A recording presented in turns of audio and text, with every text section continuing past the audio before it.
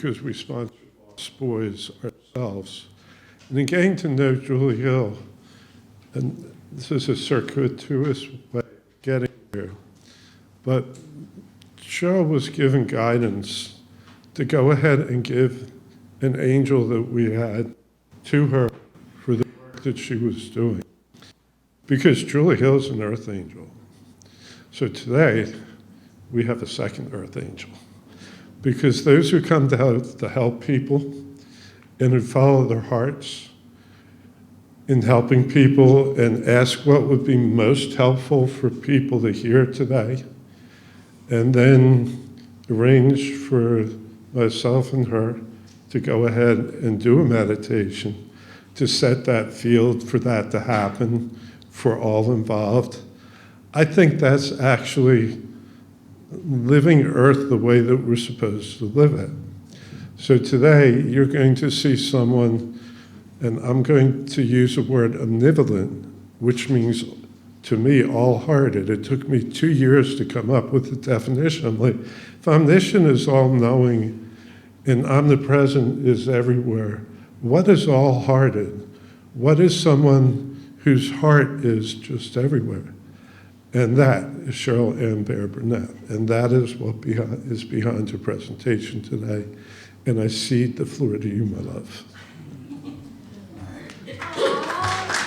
There we go. So, I'm back. Okay, in more ways than one. It's been 5 years, at least, since I've been up here. And in 2019, I was doing a lot of speaking, and I thought I had a really lot to say, and I knew what I was talking about.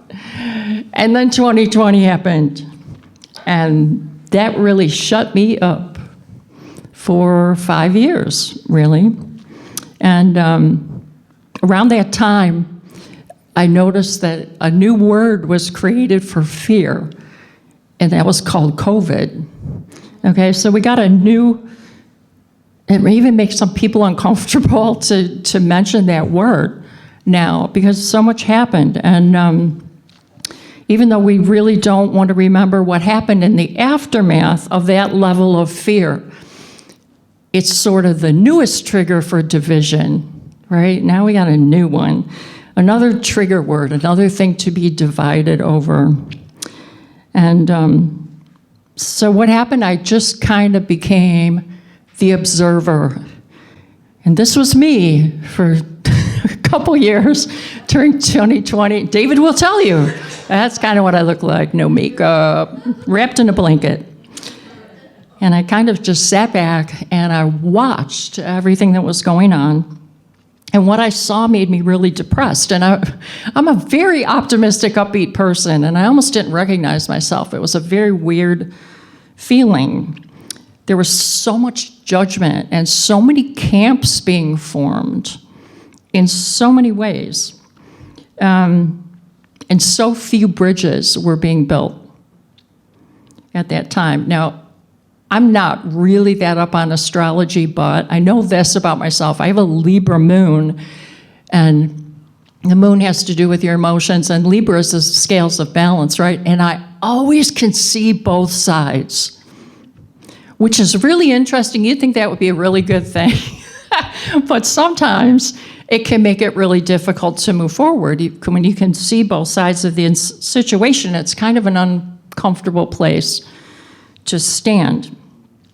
And so, ironically, at the end of 2019, David and I meditated. Now, we started doing this a couple years ago, and to get a word for the coming year.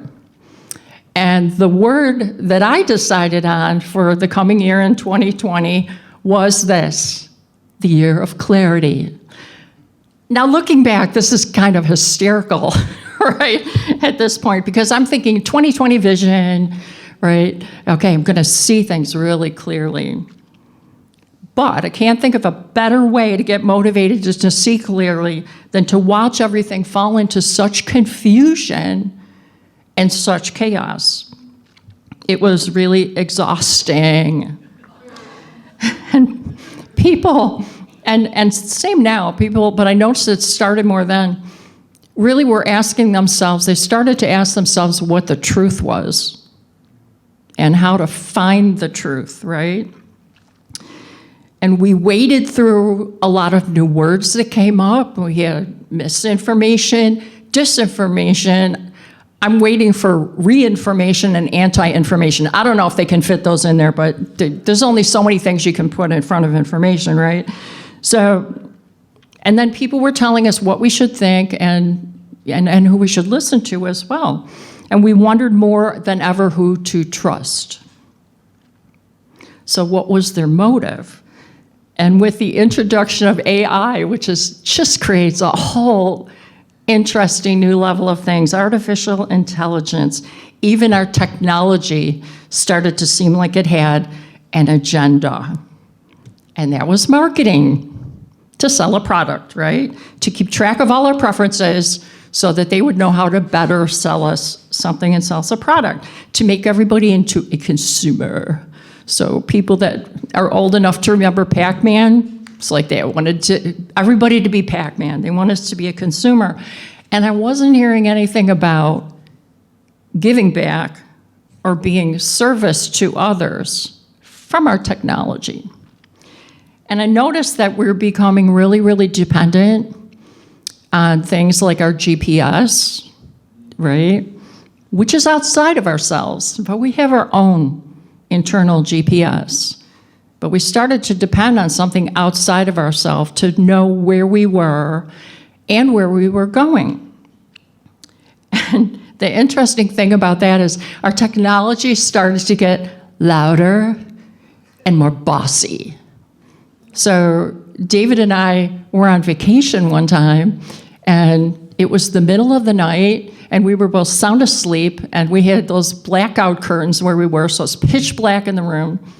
And suddenly we hear a voice blurt out, "Turn left at the next intersection." It was so shocking. My phone was sitting over on the dresser, and it just blurted it out. So we started calling our GPS the bossy lady. And so we've stopped listening to our internal GPS, kind of our God positioning system. Where is God in all of this? And then our phones started to listen in on us. And recently, I've been involved in this weird thing called the chicken rescue. And we live in a very suburban neighborhood, and there's an escaped chicken living a couple blocks down on the corner near the canal in some bushes. And the poor thing's been out there in 20-degree weather, and neighbors have been kind of feeding it. And so anyway, I'm trying to rescue this chicken and get it to a farm away from the predators. And I've only talked about it on the phone or texted. And I got on Facebook, and I'm getting all these advertisements for chicken feed. The best kind of feed to feed your chicken. So our technology seems to be really contributing to our isolation and keeping us on our phones and on social media. And now we have the influx of what they call social influencers. And they've recently done a poll with teenagers and asked what their perfect job would be. And the most responded they wanted to be a social influencer, which is really interesting. If you think about the word, it's influencing people to sell more products, right? They're not thinking of it that way, but that's really what it is. So, big tech, the social influencers, are pushing us into our own little worlds, bit by bit. Okay, consuming and being suspicious of one another. I go on Nextdoor sometimes. I don't know how many know the Nextdoor app, but you can kind of talk to other people in the neighborhoods and buy and sell things, and say, oh, there's an accident up at the corner, avoid that corner. But I've noticed that now that everyone has Ring cameras, if you approach somebody's door, you are going to end up on Nextdoor with your picture, and they're going to be saying, who is the suspicious person who came to my door? You know, so if you go to somebody's door and like they left their lights on in their car or something and they're not home, you may be on their Ring camera later. And I had to laugh because I went on one day and someone had posted that and had a picture there, and it looked just like me, and I knew I had not been to that person's house. And I said, that's so funny, David, look, this looks like me. You know, so it's really interesting how people can make the wrong judgments about what's going on. But division is a really good thing for marketing and profiting from isolation. Amazon, anyone? I had never ordered anything from Amazon until 2020. And it said, wow, this is so easy. They bring it right to you, you know? So David had mentioned that before, when I was thinking about doing this talk, and I had something completely different in mind. And so I always ask what it is that this audience, because Spirit knows who is going to be here, what is this audience that's coming on this particular Sunday, what do they need to hear? And so as I was falling asleep, I got this image, boom, and I was like, really? Okay. So it was an image that I had seen on Facebook, and I had another project going on, so I waited a while, and a week later I was given the name for the talk, which is being a bridge in a divided world. And the image and the talk you might not think went together, but they did, and I knew exactly why they went together. And what I ended up seeing was this. And you may or may not have ever seen this, okay? So that represented what I saw most clearly during my year of clarity, and since then, that our way of seeing the world and other beings in it that are inhabiting it with us is generally incomplete. Okay, people are not seeing the same thing. So if you're standing over on the right there and you're looking at that cylinder that's in the middle that we'll say is truth, or we'll say is a person that we're trying to make a judgment about, or trying to determine what is truth. If you're standing on the far left over there and you just see the end of that cylinder, you see a circle.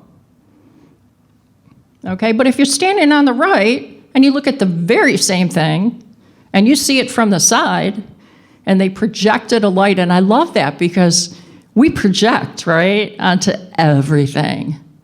We project, and where we stand, that person is going to see a rectangle.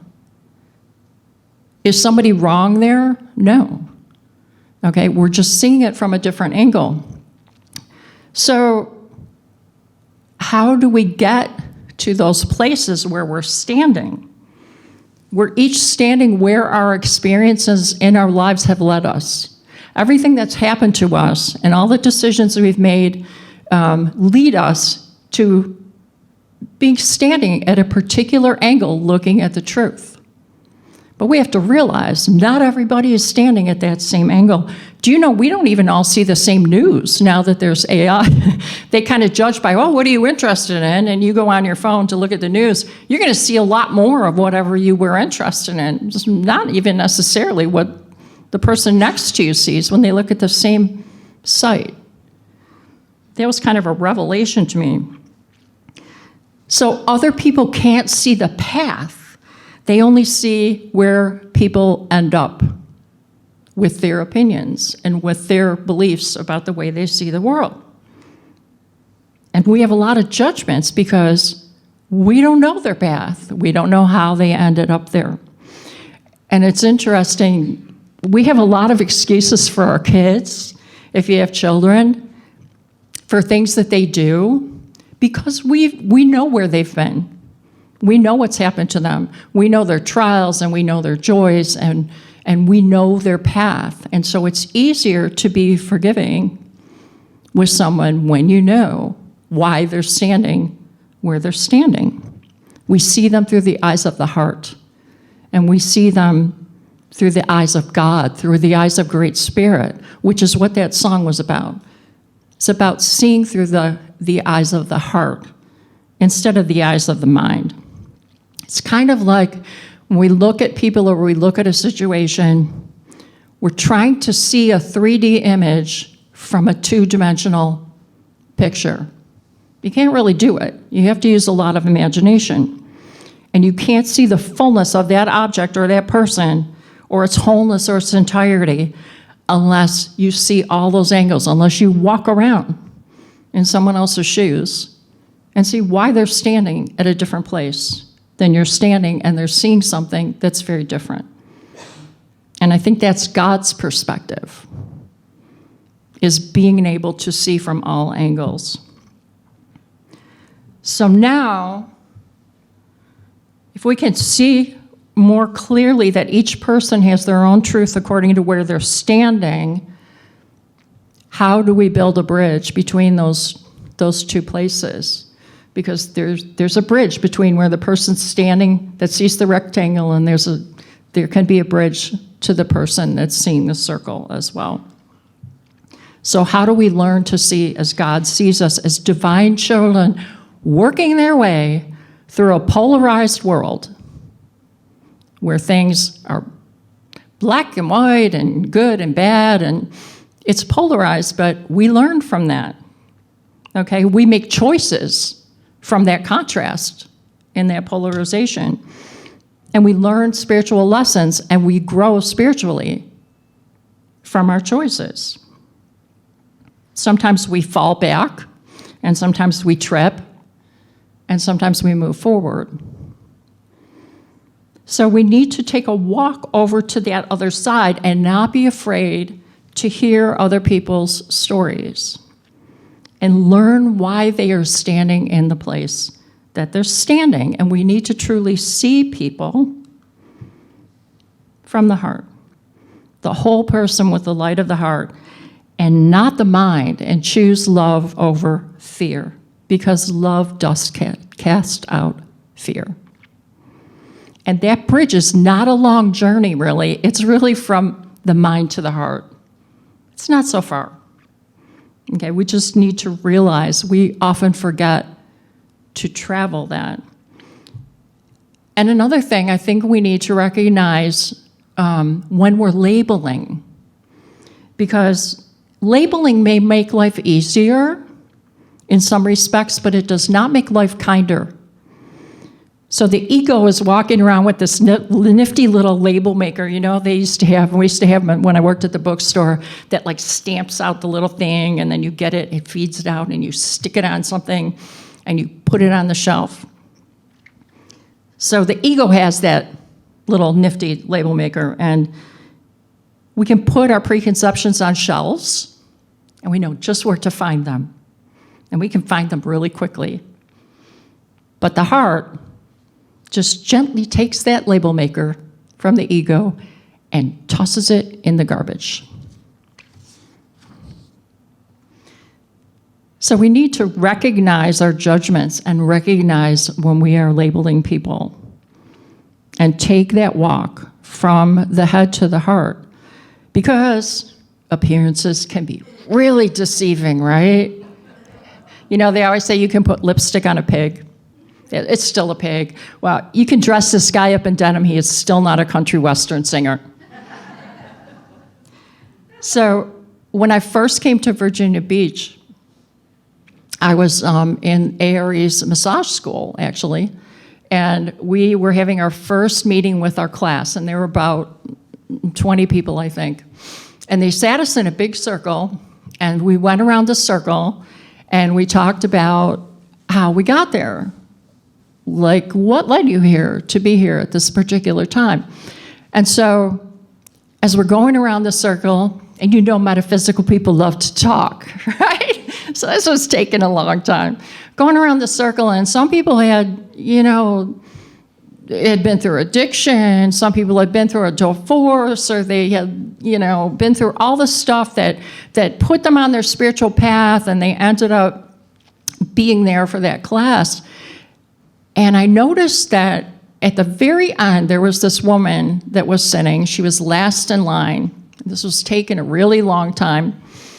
And when she walked in, I noticed she was very well dressed, and she was very self-possessed. She looked really confident, and she was very polite and kind of quiet. And as we were going around the circle and I'm listening to people's stories, which were amazing, I'm thinking to myself, this woman's story she's not going to have that much to say. I don't know why I thought that. I guess she just looked like she was really together, and she hadn't been through that much, and her life had been together. And when we finally got to her, the very last person, she didn't get 2 sentences in till she burst into tears and cried through the whole thing about how much trauma she had been through, how much abuse, physical, emotional, in her life. And it just really got my attention. And I thought, you can't tell anything. And very often, people are just hanging by a thread. So be kind to each other, because you never know if you're that thread, that last thread. So be kind. So just replacing our judgments and seeing that a person with a different viewpoint, very often, if I come up against something and I'm really having a hard time with somebody's opinion or their belief in something, I try this trick. And that is I look at them and I picture them as they were as a little child, that little innocent child that they were. And it shifts how I feel, okay? Because I don't know what path they took to get where they are. And that child is still there. Sometimes it's buried really, really deeply. And so the other thing is we really need to practice forgiveness as a little child does. And I think that it helps to see them that way as a little child. Before I came down to Virginia Beach, I was working with emotionally disturbed preschoolers at a hospital program. They actually weren't emotionally disturbed. They had PTSD when you looked at what they had been through and where they came from. And there were these 2 little boys, and they were best friends, and it was really cute. And they were always getting in trouble, but they were so cute, and they're best friends. And one day I had to take them to the bathroom, which was down the hall. So we were in kind of a schoolish building, and I took them down the hall to the bathroom, and they each went in the stall, right, and shut the door. And then I'm hearing like giggling and all this commotion that little boys, when you put them in a small space, can make, right? And then things shifted, and I'm hearing a little bit of anger and banging around, and they come out one by one, and one like is smiling and looking really guilty, and the other one is crying and dripping wet. And I'm like, what? Okay, what just happened in there? And Joey, this little boy, says, he peed on my head. This is a typical day at this program.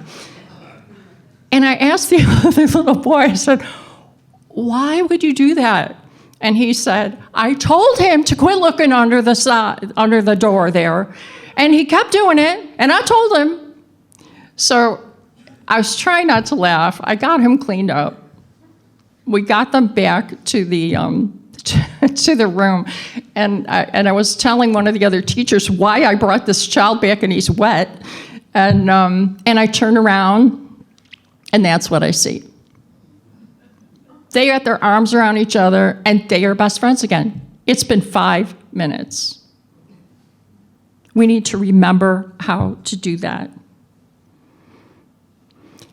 And I think the last thing that we really, really need to remember is we need to remember to laugh. You know, one of my spiritual teachers, Edgar Casey, whose institute is right down on the ocean front there, said we're not a body with a spirit or a soul. Because what we are at the core of us is a soul temporarily in a physical body. It changes the way we look at things and the way we look at people. And we can laugh because we cannot die, and we are not alone. And all we have to do is step on the bridge. Thank you.